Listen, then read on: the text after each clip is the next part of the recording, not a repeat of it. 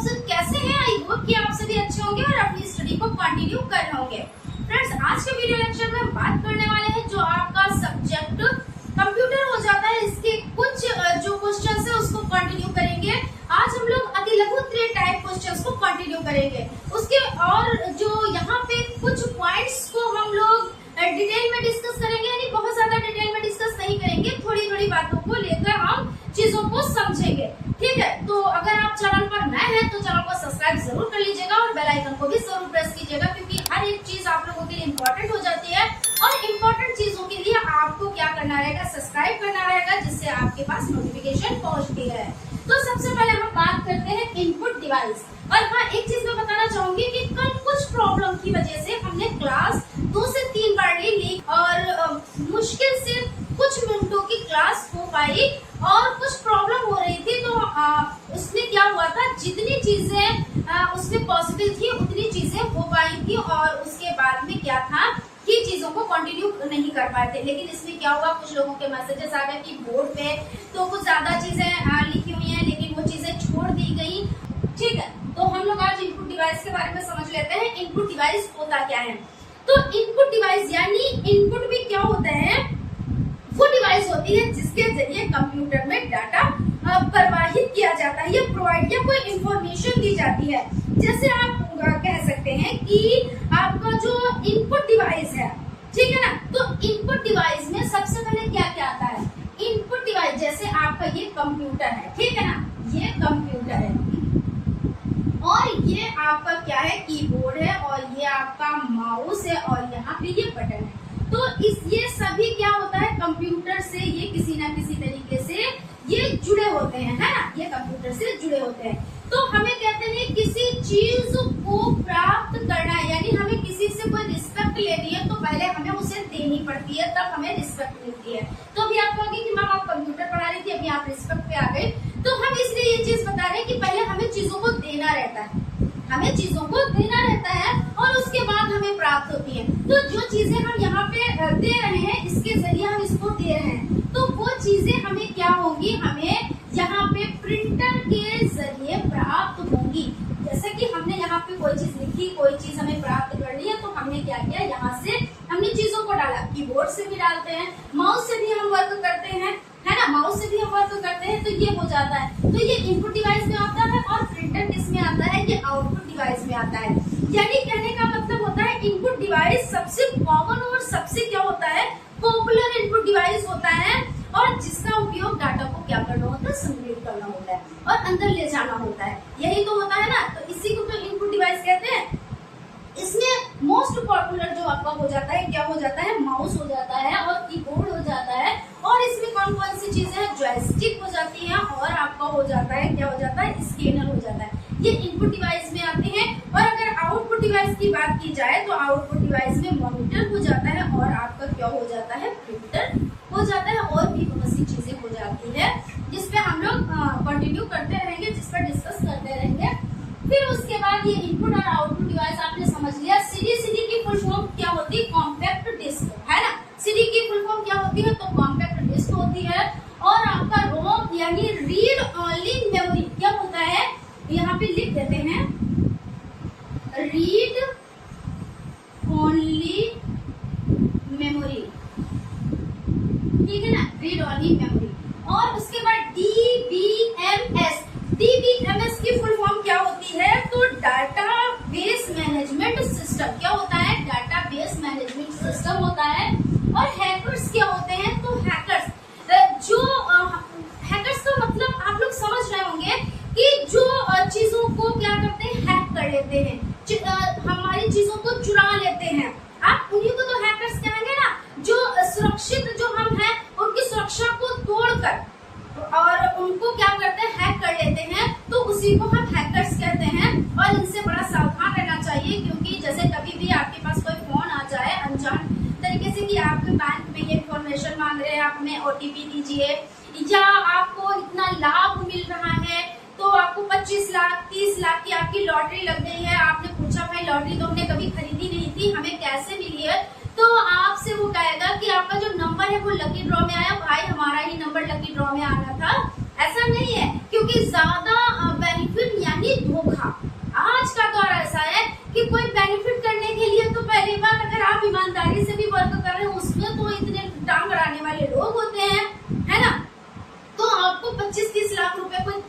लगा। तो ये चीजें आपके पास कोई ऐसे अनजान नंबर से कॉल आ जाए, आपसे कोई इन्फॉर्मेशन मांगे, अगर मान लीजिए आपका बैंक अकाउंट है और वहाँ से अगर मान लीजिए कोई नाम लेके कह रहा है कि आपके बैंक से हम जहाँ पे आपका अकाउंट है वहाँ से हम कॉल कर रहे हैं, आप हमें अपना अकाउंट नंबर दीजिए या और भी इंफॉर्मेशन दीजिए, आधार नंबर दीजिए, तो आप कहें ठीक है हम विजिट कर लेंगे, बैंक हमारे घर से कोई बहुत ज्यादा दूर नहीं है, और दूर भी होगी तो क्या है, क्योंकि हमने वहाँ अकाउंट खोल रखा है तो हमारा तो वहाँ आना जाना रहता ही है, हम वहीं से वर्क कर लेंगे, है ना।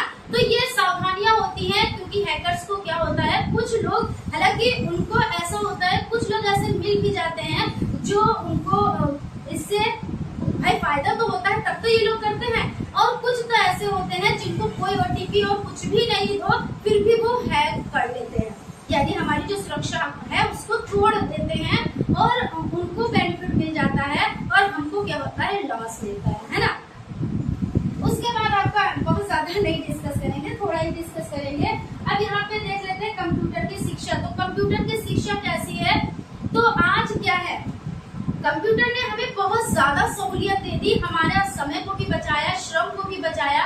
आज वो वर्क जो 20-20 व्यक्ति उस वर्क को कर पाते थे, आज सिर्फ कंप्यूटर ही कर रहा है, और जो वर्क महीनों में हो पाता था वो आज क्या है, वो घंटों में, मिनटों में, सेकंडों में वर्क हो रहा है। तो कंप्यूटर का बहुत ही महत्व हो जाता है शिक्षा के क्षेत्र में, क्योंकि उससे क्या होता है कि बच्चा जो है वो शिक्षा से जुड़ा भी है, उसे कहीं जाना भी नहीं पड़ रहा है, चीजों को उसको घर बैठे भी चीजें मिल रही हैं, है ना। क्योंकि आप यहाँ पे हैं, हमसे जुड़े हैं, तो आप अपने घर पे बैठे हैं और हम अपने यहाँ हैं, लेकिन फिर भी हम आपसे जुड़े हुए हैं, तो कुछ तो ऐसा है ना। तो यही सब चीजें हो जाती हैं और यही कंप्यूटर की शिक्षा है। तो आप लोग इसको बहुत अच्छे से अपने लफ्जों में लिख सकते हैं, और ये चीजें तो हमें बताने की जरूरत भी नहीं है कि क्या क्या चीजें हैं, और लेकिन हम आप लोगों को बताते हैं। और हालांकि आप लोग अपने लफ्जों में लिखे, जरूरी नहीं होता है कि हर चीज किताबी भाषा में ही लिखी जाए, क्योंकि किताबी भाषा से क्या होता है, अगर किताबी भाषा ही समझनी हो तो आपके पास बहुत सारी सीरीज होगी, बहुत सारी बुक्स होंगी, तो क्या है उससे आप पढ़ सकते हैं। लेकिन कुछ चीजें तो ऐसी हैं जो आपको सहूलियत देती हैं, आपको सरलता प्रदान करती हैं, आपको सरल भाषा में समझाई जाती है, तो इसीलिए तो आप क्लास को अटेंड करते हैं। तो फ्रेंड्स, हम यहाँ पे इसको रोकते हैं और सीरीज की तरफ चलते हैं, उसको कंटिन्यू करते हैं। सो आप लोग अगर चैनल पर नए हैं तो चैनल को सब्सक्राइब जरूर कर लीजिएगा और बेल आइकन को भी जरूर प्रेस कीजिएगा, और बिना स्किप किए वीडियो को लास्ट तक जरूर देखिएगा। चलिए फ्रेंड्स, स्टार्ट करते हैं आज की सीरीज का फर्स्ट नंबर क्वेश्चन। देखिए, 2 क्वेश्चन आपके वस्तुनिष्ठ टाइप हैं, उसके बाद अति लघु उत्तरीय टाइप की सीरीज को हम कंटिन्यू करेंगे। तो सबसे पहला क्वेश्चन हो जाता है, चैटिंग है, यानी चैटिंग क्या है, नेटवर्क पर संदेशों एवं फाइलों को भेजना, या स्टैंडर्ड इंटरनेट, या कन्वर्सेशन, या इंटरनेट एरिया जहां किसी विषय पर चर्चा की जा सकती है। तो चैटिंग है नेटवर्क पर संदेशों एवं फाइलों को भेजना। उसके बाद क्वेश्चन है, वो गोपनीय कोड जो प्रोग्रामों में प्रविष्टि प्रतिबंधित करता है कहलाता है, क्या कहलाता है, गुप्त कोड, पासवर्ड, एक्सेस कोड, या ये सभी। तो वो गोपनीय कोड जो प्रोग्रामों में प्रविष्टि प्रतिबंधित करता है वो कहलाता है पासवर्ड, यानी आपका बा ऑप्शन राइट है। चलते हैं आज के जो अति लघु उत्तरीय टाइप क्वेश्चंस हैं उन पर चलते हैं, देखते हैं। तो सबसे पहला क्वेश्चन है, कंप्यूटर नेटवर्क में मैन का पूरा नाम बताएं। तो मैन हो जाता है, मैन का पूरा नाम मेट्रोपॉलिटन एरिया नेटवर्क हो जाता है। डिजिटल श्यामपट्ट क्या है, तो डिजिटल श्यामपट्ट एक ऐसा श्यामपट्ट है जिसमें कंप्यूटर की विशेषताएं होती हैं। इसे कंप्यूटर के टच स्क्रीन की तरह तथा साधारण ब्लैक बोर्ड दोनों तरह से प्रयोग किया जा सकता है। ई पुस्तकालय किसे कहते हैं, यह एक डिजिटल प्लेटफॉर्म है। इसमें पुस्तकों को डिजिटल रूप में संग्रहित किया जाता है तथा प्रयोगकर्ता अपने कंप्यूटर पर ही समस्त सामग्री का अवलोकन कर सकता है। तो ये ई पुस्तकालय हो जाता है। उसके बाद आपका शिक्षण मशीन का प्रयोग किसने किया था, तो शिक्षण मशीन का प्रयोग सिडनी प्रेसी नामक वैज्ञानिक ने किया था। किसने किया था, तो सिडनी प्रेसी नामक वैज्ञानिक ने किया था। वीडियो कॉन्फ्रेंसिंग के कोई दो लाभ बताएं। तो वीडियो कॉन्फ्रेंसिंग प्रत्यक्ष शिक्षण की तरह ही लाभकारी साधन है। भाई वीडियो कॉन्फ्रेंसिंग से आप क्या कर सकते हैं, ऐसा लगता है कोई हमारे सामने ही बैठा हुआ है और हमसे बात कर रहा है ना। और दूरस्थ शिक्षा के लिए ये साधन बहुत उपयोगी है। अब दूर बैठे हुए लोग हमें पढ़ा रहे हैं, यानी आप हमारा क्लास देख रहे हैं तो ऐसा लगता है बिल्कुल आमने सामने बैठे हुए हैं, लेकिन हम कहाँ पे हैं और आप कहाँ पे हैं, बहुत दूरी है ना।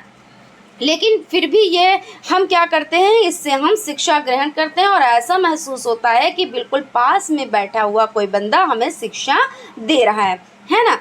तो उसके बाद चलते हैं नेक्स्ट क्वेश्चन की तरफ। दूरदर्शन द्वारा प्रसारित शैक्षणिक कार्यक्रम कौन कौन से हैं। तो इग्नू के कार्यक्रम हो जाते हैं, सामाजिक वानिकी कार्यक्रम हो जाते हैं, युवाओं हेतु दहलीज कार्यक्रम हो जाते हैं, ज्ञान दर्शन के अंतर्गत विभिन्न संस्थाओं के कार्यक्रम हो जाते हैं।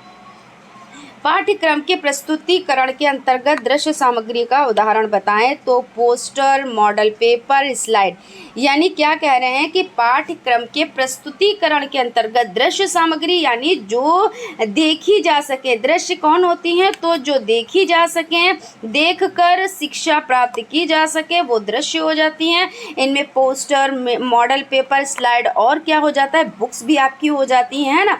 बुक्स ऐसा तो है नहीं, बोलती हैं, आप उनसे पढ़कर यानी देखकर उनसे आप ज्ञान प्राप्त करते हैं।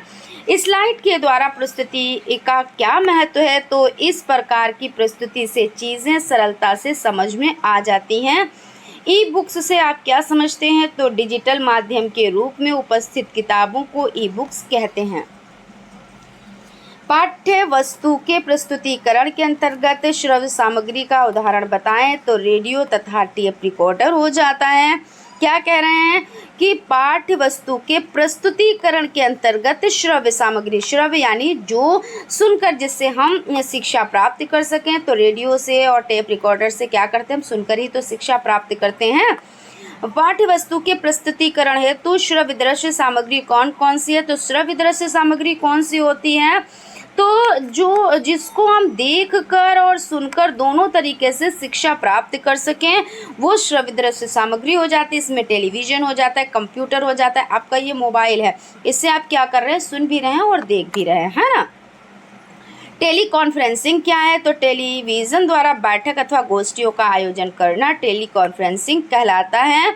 भाई टेली कॉन्फ्रेंसिंग यही तो है कि आयोजन होता है टेली कॉन्फ्रेंसिंग, टेलीविज़न द्वारा बैठक तथा गोष्ठियों का आयोजन यही हो जाता है। प्रोग्राम इंस्ट्रक्शन को सर्वप्रथम किसने विकसित किया था, तो सिडनी एल प्रेसी ने। शिक्षा में उपयोगी किन्हीं 4 माध्यमों के नाम बताइए। तो radio, television, microscope, tape recorder, ये सभी हो जाते हैं। ठीक है। खेल रचनात्मक क्रियाओं की व्यापक अभिव्यक्ति है, किसका कथन है, तो ये कथन टी पिन्नन का हो जाता है। खेल कुछ मूल प्रवृत्तिजन्य क्रियाओं को करने की प्रवृत्ति है, किसका कथन है, यह कथन थॉमसन का है। उन विद्वानों के नाम बताइए जिन्होंने 20वीं सदी में शिक्षा के यंत्रीकरण में योगदान दिया था। तो लुम्सडेन, ग्लेसर आदि विद्वानों ने 20वीं सदी में शिक्षा के यंत्रीकरण में योगदान दिया था। भारत में शैक्षिक प्रौद्योगिकी के विकास के लिए कौन सी संस्था कार्यरत है, तो NCERT उच्च शिक्षा संस्थान मेरठ बड़ौदा हो जाता है। आप लोग NCERT का फुल फॉर्म बताएंगे कमेंट करके। किसका कथन है, शैक्षिक तकनीकी से तात्पर्य है कि व्यवहारिक ज्ञान की सहायता से सुनियोजित प्रविधियों का विकास करना जिसमें विद्यालयों की शैक्षिक प्रणाली के प्रशिक्षण तथा शिक्षा कार्य की व्यवस्था की जा सके, रॉबर्ट एम गेने के द्वारा। किसका कथन है, शैक्षिक तकनीकी को उन पद्धतियों एवं प्रविधियों का विज्ञान माना जा सकता है जिसके द्वारा शैक्षिक उद्देश्यों को प्राप्त किया जा सके। शिव के मित्रा के द्वारा। कॉन्फ्रेंसिंग से आप क्या समझते हैं, तो सामान्य अर्थ में कॉन्फ्रेंस का अर्थ किसी संस्था के सदस्यों द्वारा किसी विषय वस्तु पर सम्मिलित रूप से विचार विमर्श करना। कॉन्फ्रेंसिंग के द्वारा शिक्षा के ज्ञानात्मक, भावात्मक एवं विचारात्मक उद्देश्यों को प्राप्त किया जा सकता है। संचार प्रौद्योगिकी कितने प्रकार की होती है, तो संचार प्रौद्योगिकी 5 प्रकार की होती है। मौखिक अभिव्यक्ति, मुद्रित प्रणाली, रेडियो प्रसारण, दूरदर्शन, इंटरनेट, ये सभी हो जाते हैं। संचार प्रौद्योगिकी से क्या तात्पर्य है? तो सूचनाओं का तीव्र गति से एकत्रीकरण, प्रस्तुतिकरण, व्यवस्थापन, संचार तथा प्रसारण करने वाली तकनीकी ही संचार प्रौद्योगिकी कहलाती है। मौखिक अभिव्यक्ति के दो साधन कौन कौन से हैं? तो लाउड स्पीकर और मोबाइल हो जाता है। कंप्यूटर का आविष्कार किसने किया था? तो सभी लोग बहुत अच्छे से जानते हैं, चार्ल्स बेबेज ने। संचार किसे कहते हैं? तो संचार से आप क्या समझते हैं? अथवा करके है। तो संचार से तात्पर्य अपने विचारों को पत्र, टेलीफोन आदि माध्यमों द्वारा दूसरों तक पहुंचाना है। आप लोग लाइक और सब्सक्राइब करते रहें फ्रेंड्स, एक लाइक आपका हमें बहुत ज़्यादा मोटिवेट करता है। अनुबोधन किसे कहते हैं? तो छात्र किसी फ्रेम को पढ़कर शुद्ध उत्तर देने में समर्थ नहीं होते हैं। ऐसी स्थिति में छात्र से सही उत्तर निकलवाने हेतु उद्दीपकों का सहारा लेते हैं, इसे अनुबोधन कहते हैं।